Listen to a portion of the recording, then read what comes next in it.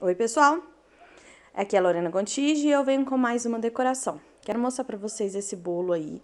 Como vocês podem ver, dependendo do ângulo que você olha o bolo, ele ficou torto, tá vendo? Deixei ele paradinho aí para vocês verem. E tem outro ângulo que a gente olha que ele está retinho, tá? Por que que isso aconteceu, gente? Esse bolo, ele é de 15 e ele ficou com 13, 12, 13 de altura. E ultrapassou a forma.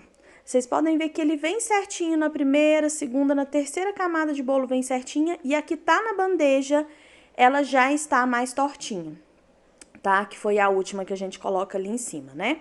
O que que acontece, gente? Eu não me atentei na hora de montar, pode ter sido isso. Porém, eu confio muito na estrutura que é da minha massa e do meu recheio, tá, gente? Então, eu observei ele, coloquei ele na bandeja, fiquei observando, ele não cedeu momento nenhum. Então, eu me senti segura de continuar a fazer a montagem desse bolo sem blindagem, tá? O transporte dele seria curto, então não teria grande problema. Gente, eu não sei o que tá acontecendo com o meu celular, que eu gravo com o celular, tá? E ele fica buscando foco o tempo inteiro. Eu tenho que ajeitar isso, tá? Mas enfim, então eu fiz aí a montagem do meu bolo, porém, na última camada, eu coloquei ele torto. Provavelmente eu olhei no ângulo que estava retinho e só confiei nesse ângulo e não cheguei a girar a forma, tá? Então, pode ter sido que do outro lado não estava tão retinho assim e por isso que ele ficou torto. Mas como vocês podem ver, a gente consegue arrumar e deixar certinho quando você faz o chantilly, tá? Fiz a pré-camada para cobrir qualquer tipo de buraquinho, alguma coisa assim. Fiz a pré-camada e agora eu passei o chantilly que a gente realmente vai trabalhar, tá? Passei o chantilly rosa bem molinho aí, tá? Um chantilly rosa. Coloquei um pouquinho de gotinhas de corante também, líquido, vermelho, pra gente poder fazer essa basezinha aí embaixo, tá? Molho bem a minha espátula e depois eu vi, gente, que tá acontecendo muito isso, em alguns chantillies acontece mesmo, isso é normal. Conforme você vai mexendo, não tinha muito tempo que eu estava espatulando ele, vocês podem ver que ele ficou poroso. Olha onde eu tô passando a espátula, dá pra vocês verem que tá bem poroso e não é esse tipo de acabamento que eu faço nos meus bolos. O que que eu fiz para resolver? Tinha que ser rápido porque já estava quase na hora de entregar esse bolo, tá? Eu estava fazendo outras coisas, né? Por isso que eu não fiz a montagem antes. Acaba que eu ia desperdiçar boa parte do chantilly e esse não é o objetivo. Como que você soluciona esse problema, gente? Você vai fazer um chantilly e vai deixar ele bem molinho mesmo, sabe? Ele bem mais maleável do que o que você colocou. Acrescenta mais leite condensado do que leite, para que ele fique bem maleável. Então, aí eu deixei ele no formato certinho que eu queria, né? O meu bolo certinho, espatulado, quinado, tudo certo. E agora, eu vou vir com uma parte com esse chantilly mais maleável, tá? Mais molinho.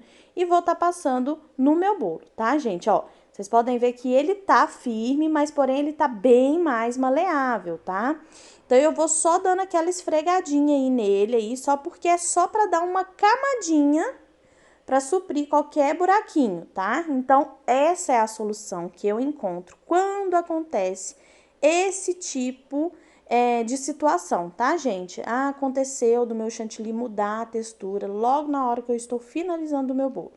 Pra gente não ter que tirar e fazer tudo de novo, desperdiçar chantilly, desperdiçar tempo, essa é uma solução que resolve super bem, tá? Podem ver que agora, você olha pro bolo, você vê o chantilly mais hidratado, você vê o chantilly, né, mais brilhante. E aí, agora você vai buscar a sua quina novamente, né? Então, passa a espátula na lateral, passo ela úmida. Lembrando que ela tem que estar a 45 graus em relação ao nosso bolo. E vai puxando a quina até ficar do jeitinho que você deseja, tá? Depois que você fizer isso, agora neste bolo aí, eu usei, né, a gente vai fazer um gatinho. Eu usei o bico 1M, tá? Que é esse de fazer roseta. Usei esse aí que é o 32, desculpa. Usei também o Usei o bico 4B também, que é para fazer o cinza. E aí, gente, nessa hora, você tem que ir fazendo várias rosetas, tá? Não tem uma regra. Você olha onde que vai ser o centro do seu bolo, né? Faz a roseta central e depois você vai acrescentando as outras, os detalhes.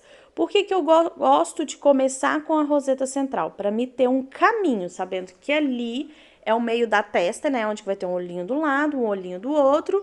E aí, a gente vem começando a fazer aquele rabo de rosetas, tá? Pitanga, roseta, eu sempre faço essa brincadeira entre os dois.